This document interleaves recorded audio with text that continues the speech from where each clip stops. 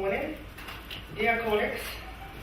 I'm glad to see all of you here. And today I could not tell you that this is like a keynote speech, but my speech will be dedicated to, of course, to macroeconomic environment, to banking sector development, and of course maybe the latest topic is our IMF new program and cooperations with IMF.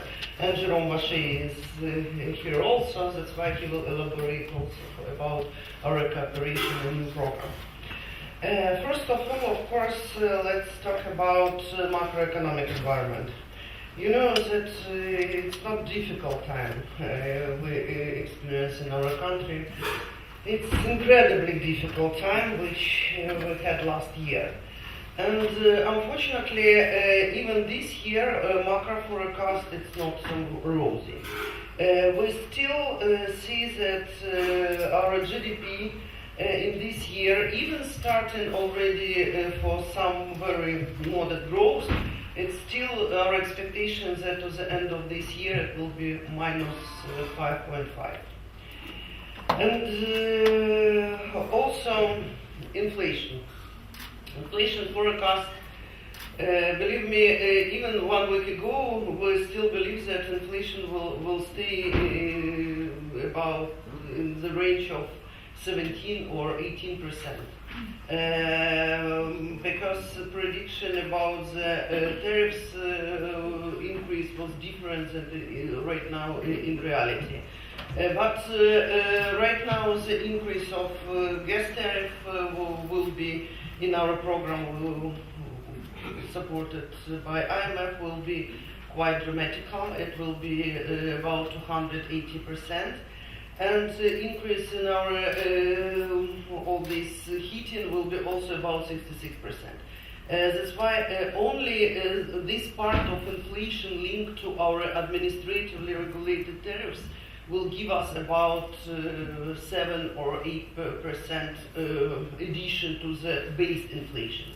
That's why we again observe that the inflation level will be about 25-26% this year. And of course, National Bank would not provide monetary policy based on this tariff increase, because tariff increase is absolutely not, we cannot influence on these tariffs using our monetary policy. That's why this year we also launch idea of core inflation, like in Ukraine it's a base inflation, and still we believe that base inflation will stay in the range of 18-19% this year. All other part it will be administratively all this tariff increase. And but of course for our population it will be CPI will be 26%, which is absolutely very difficult for everybody. And it's about inflation. Monetary policy. Of course, our main target, and National Bank declare all this target is to keep inflation in a possible low level in the medium term. But of course very difficult to say how it could be achieved this year, because I already told you about this, our forecast for inflation, and especially all this regulation and increase of tariffs. But we still believe that because we must to do all this increase of tariffs, and all this increase will stabilize the situation in the real sector of economy, and that's why, of course, we truly believe that in few years' time we will stabilize the situation. What National Bank recently did, I can tell you that we increased dramatically our key rate, and we increased our key rate from 14% to 19.5%. And also because, as I told you, our core inflation forecast was right now it's 18-19%. That's why right now we're in line with our core inflation forecast. And of course, we launch this new level of our key rate especially to calm situation in the forex market, and maybe I will elaborate about forex market a little bit later. And but what, frankly speaking, the good figures in this year, of course, it's our balance of payment. First of all, it's our current account. Current account forecast will be even, I can tell you, looks like balanced, and it means that a very small deficit we observe about 1%, not more. And even we believe that it will be balanced this year. Of course, it's thanks to our absolutely incredible devaluation, which already happened. But of course, this devaluation helped our balance of current account drastically, because in 2013, current account was minus 9% or $60 billion. Last year, current account was minus $5.3 billion. And that's why initial forecast we also predicted that it will be minus 3. But because of devaluation which happened recently, right now we believe that our current account will be balanced. Financial account. Of course, without support of our of international community, we could not even imagine how we close all this gap in our financial account, capital account. But right now, because of IMF program, we already see and in real optimism we look to our nearest future, because it's clear that we have absolutely balanced situation right now with our balance of payment. Because it's more than 8 billion from IMF this year, and you know that Christine Lagarde announced already 40 billion program for Ukraine for the next 4 years, but this year it's exactly more than 8 billion from IMF, from all from European Union, from World Bank, 2 billion from US Treasury, guarantee from US Treasury and other sources. We really see that we not only cover all our needs for this year, we also truly believe that we start to accumulate reserves, and we will reach, and our currency reserves will reach $17 billion to the end of this year. And of course, it's very positive for us, and believe me, like a governor of the National Bank, of course, my idea to get front load the biggest amount from all our international community to show for all investors and for local population that level of our reserves right now improved dramatically. But you know that it doesn't work this way. We have a special criteria which should be reached, and after that only we can get tranche by tranche all support from the international organization. But nevertheless, level of our reserves to the end of this year, it's quite ambitious, but we believe that it's realistic. It's $17 billion. Also, some part of relief we will get from so-called debt operations. You know, it's called debt operations, but of course everybody knows that it's very difficult to say restructuring or reprofiling, because it's, only native speaker maybe feel difference between restructuring and reprofiling, but means that restructuring is a haircut and reprofiling without haircut. And of course yesterday you met with Minister of Finance, and of course it's her cup of tea, and you can ask what they're going to do. But from that operation, we observe that some relief will be in the amount of about 5 or more billion even this year. And it's about our balance of payment. Of course, we're not talking about when we're talking about this sustainability debt operations, or to discussion about sustainability of Ukrainian debt. Of course, all this restructuring will help our country with real debt sustainability. That's why it's the main idea of this reprofiling. I can tell you better this way, reprofiling. And It's about our macro environment. Let's talk about our banking system. And banking system, of course, experienced absolutely dramatic crisis. And unfortunately, it's not happened yesterday. It's first of all, it's a legacy of last 10 years. And of course, trigger and accelerator of all this problem was a real annexion of Crimea. Of course, all this hot war in the eastern part, and all these economic, of course, problems which I already mentioned. But believe me, when we did the stress test of Ukrainian banks during the summer last year, the stress test of Ukrainian banks, on the stress test we had 35 banks, and leading auditors like Ernst & Young, Deloitte and Touche, all Big Four, provided all this stress test, but stress test is what it was only asset quality review of 2013. That's why no implication of the real devils which happened last year was even included to this stress test. That's why you can imagine what impact from devaluation and from this real loss of assets in the eastern part and what implications of that could be in the balance sheet.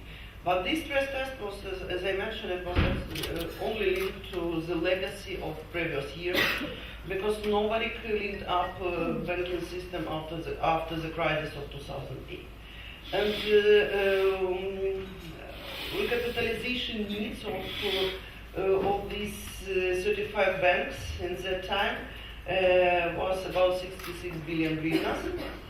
And among these 35 banks, I can tell you maybe 3 or more already in a DGF. It means that they didn't perform well the recapitalization program.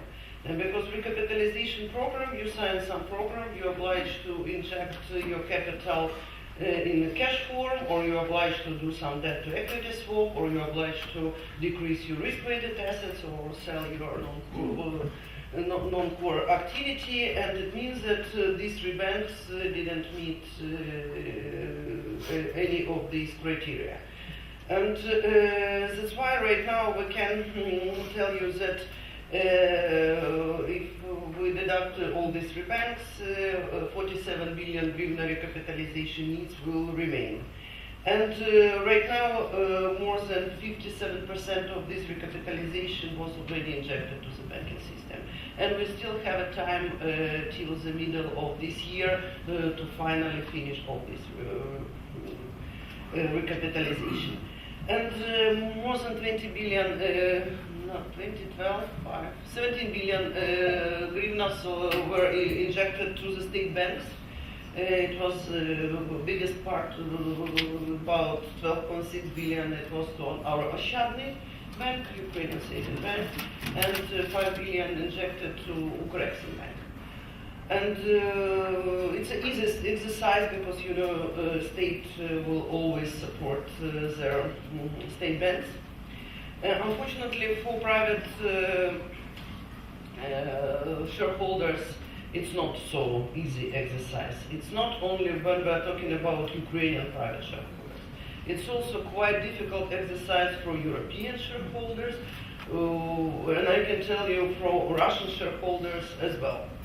And unfortunately, in our country, we have more than 15% of share of Russian state banks, and unfortunately, not for banking system, I can tell you, maybe unfortunately for country, but for banking system, it's they do absolutely in line with our legislation. They really provided all capital in line with their recapitalization plan. They even injected additional liquidity because the bank run of last year created absolutely incredible situation within the banking sector. Ukrainian banks lost more than 30% of their private individual deposits. In the same time, banks in Ukraine lost more than 50% of deposits. That's why banking run in their territory was more intensive than in other Ukrainian banks. And it's very difficult for everybody, and of course, even for foreign investors, of course they also committed. They increased their capital. More to that, I can tell you that the biggest part of foreign banks in Ukraine even did not any recapitalization during the stress test. We recognized that zero recapitalization was required. That's why it's a good idea. In the same time, you know what's happened later on. No one stress test could predict something which happened in our banking system. No one stress test could imagine such devaluation. No one stress test could imagine the loss of territory, the loss of GDP, the loss of real assets. That's why, but we are not sitting and close our eyes and to pretend that we have blind eyes. We decided that we will recognize all their losses this year, losses of all Ukrainian banking system. And what we will do further, we will have a special program how to reach capital adequacy ratio in 4 years, capital adequacy ratio of required 10%.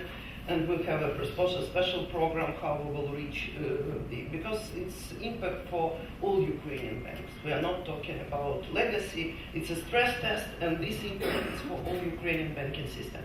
That's why we already agreed with IMF what kind of ratios, what kind of structure, and how we will reach capital adequacy ratio of 10% in 4 years. It's about banking system.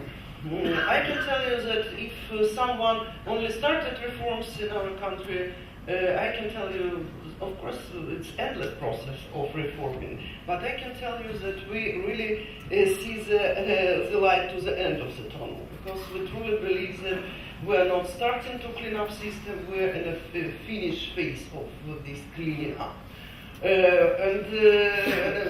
It's very promising, I can tell you this way. Of course, few words about internal reorganization and reforming of National Bank.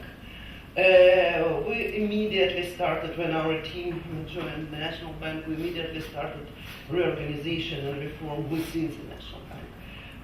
We cut more than 50% of our expenditure for last year, for this year, but right now it's in the process.